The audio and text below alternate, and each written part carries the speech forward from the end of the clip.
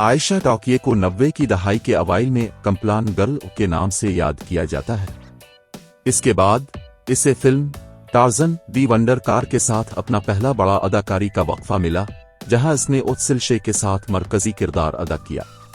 मजीद बरा फिल्म में उनकी शानदार अदाकारी डोर को अब भी एक ऐसी फिल्म के तौर पर याद किया जाता है जिसने कुछ ही देर में हंसी मजाक को जन्म दिया।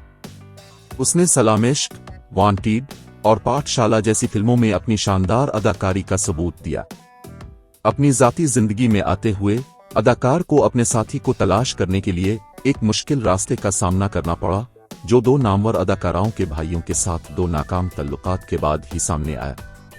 आयशा की मोहब्बत और रोमांस के साथ पहली मुलाकात इस वक्त हुई जब वो मशहूर देवा मनीषा कोइराला के भाई सिद्धार्थ कोइराला के साथ ताल्लुकात में थीं। जब वो अपने रिश्ते के बारे में सबसे तवील अरसे तक खामोश रही, आखिरकार लोगों को उसके बारे में पता चल गया। अदाकारी की दुनिया में रहते हुए वो मोहतात थीं कि कोई ऐसा सीन न करें जिससे सिद्धार्थ के साथ उनके ताल्लुकात खराब हों। टाइम्स ऑफ इंडिया के साथ एक इंटरव्यू में आयशा ने बहुत सी फिल्मों से इनकार करने में अपना समझौता न करने वाले रवैये का इंकिशाफ किया, जहां उन्हें कम कपड़ों में बोसे का सीन करना था। बदकिस्मती से सिद्धार्थ के साथ आयशा का रिश्ता कलील अलमुद्दत था और जोड़े ने चंद सालों के बाद मुसालहत के मसाइल की वजह से अलहदगी इख्तियार कर ली। इत्तलात के मुताबिक उनका ब्रेकअप इस वक्त हुआ जब दोनों ने खुद को अपने ताल्लुकात का दूसरा मौका दिया। इसके बावजूद अलहदगी के बाद भी दोनों बेहतरीन दोस्त रहे।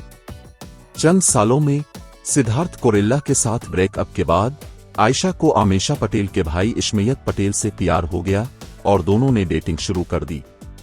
लेकिन पहले की तरह उन्होंने अपने ताल्लुकात को लपेट में रखा और मीडिया की चकाचौंध से हत्ता अल इम्कान दूर रखा और एक दूसरे के साथ चंद साल अच्छे वक्त गुजारे। लेकिन जब 2005 में इशमियत पटेल और यासीन की एक दूसरे को काबिल एतराज अंदाज में गिले लगाने की एक वायरल वीडियो मीडिया में सामने आई तो आयशा ने इस तरह की तजादात की वजह से रिश्ता छोड़ दिया। आयशा तीसरी बार मोहब्बत में खुशकिस्मत बनी जब उनकी मुलाकात मशहूर रिस्टोरेटर फरहान अज़मी से हुई।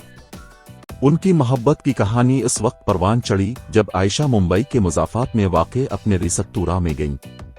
दिलचस्प बात यह है कि आयशा और फरहान के दोनों बाप एक दूसरे को अच्छी तरह जानते थे, इसलिए दोनों भी एक दूसरे को जानते थे। रेस्तोरां के बार बार आने से आयशा और फरहान के दरमियान मुआहिदा तय पा गया और 2005 तक उन्होंने एक साथ अवामी नुमाइश भी शुरू कर दी। एक इंटरव्यू में जब आयशा के फरहान के साथ ताल्लुकात टिंसलटाउन में गुफ्तगू का सबसे ज्यादा गुपशप का मौजू था, अदाकारा ने अपने रिश्ते की हैसियत के बारे में वाज़ेह किया और अपनी खूबसूरती की तारीफ की। उसने अपनी शादी के यकीनी इम्कान पर एक लतीफ इशारा भी दिया।